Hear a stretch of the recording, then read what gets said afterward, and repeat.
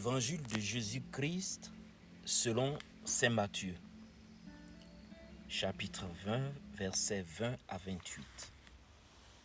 En ce temps-là, la mère de Jacques et de Jean, fils de Zébédée, s'approcha de Jésus avec ses fils Jacques et Jean, et elle se prosterna pour lui faire une demande.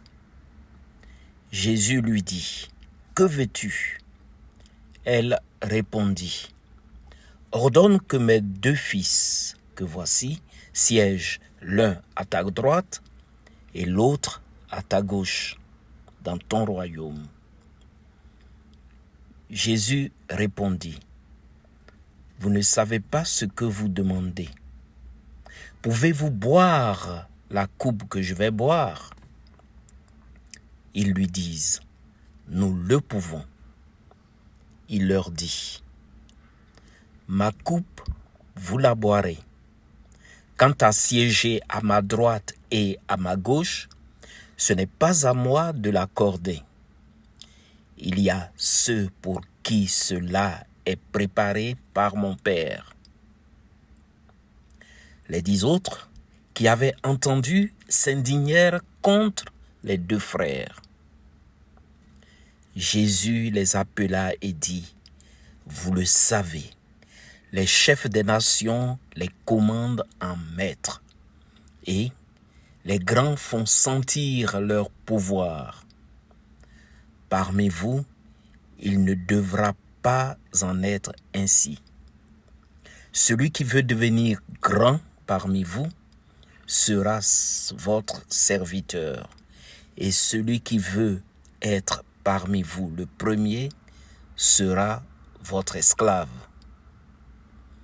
Ainsi, le Fils de l'homme n'est pas venu pour être servi, mais pour servir et donner sa vie en rançon pour la multitude. Acclamons la parole de Dieu.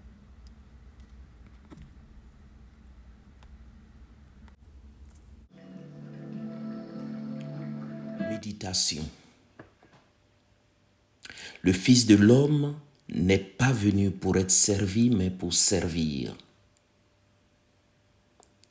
La démarche de la mère de Jacques et de Jean, 2 des 4 tout premiers apôtres, révolte les autres. La mère de Jacques et de Jean voudrait voir ses enfants à elle, ses fils biologiques, être les premiers. Le premier et le deuxième après Jésus dans le royaume des cieux. Mais quoi de plus naturel chez une maman d'avoir des ambitions pour ses enfants? Elle a, elle au moins, l'audace de demander. Elle a une foi énorme en la toute-puissance de Jésus. Elle est convaincue que celui-ci est le Messie. Mais elle se trompe de Messie. Et en plus, elle ne prend pas toute la mesure des souffrances que ces deux fils auront à subir pour gagner le royaume des cieux. Le royaume de Jésus n'est pas de ce monde. Il ne se conquiert ni par la ruse, ni par la stratégie, ni par les capacités physiques ou intellectuelles, ni même par une bonne civilité. Le royaume du Christ se gagne par la formation du cœur, d'un cœur qui se met au service des autres, qui fait grandir le plus malheureux, le plus misérable, le plus démuni. Un cœur qui prend la place du dernier. Le royaume du Fils de Dieu se gagne en cherchant à imiter Jésus qui, a renoncé à sa place de Dieu pour venir nous laver les pieds. Nous laver les pieds, lui, Dieu. Nous laver les pieds, lui, comme un esclave.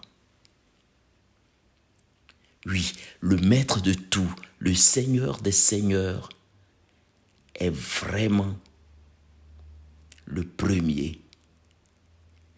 Il nous a montré qu'il est le premier parce que serviteur de tous. Oui, sa place de serviteur, personne ne peut la lui prendre car il est descendu du ciel par amour. Il a revêtu sa tunique de serviteur. Il a pris notre condition d'homme. Par amour, il est mort de la mort des esclaves sur le bois de la croix. Aussi, lui, le premier, ressuscite pour nous ouvrir les portes du royaume des cieux.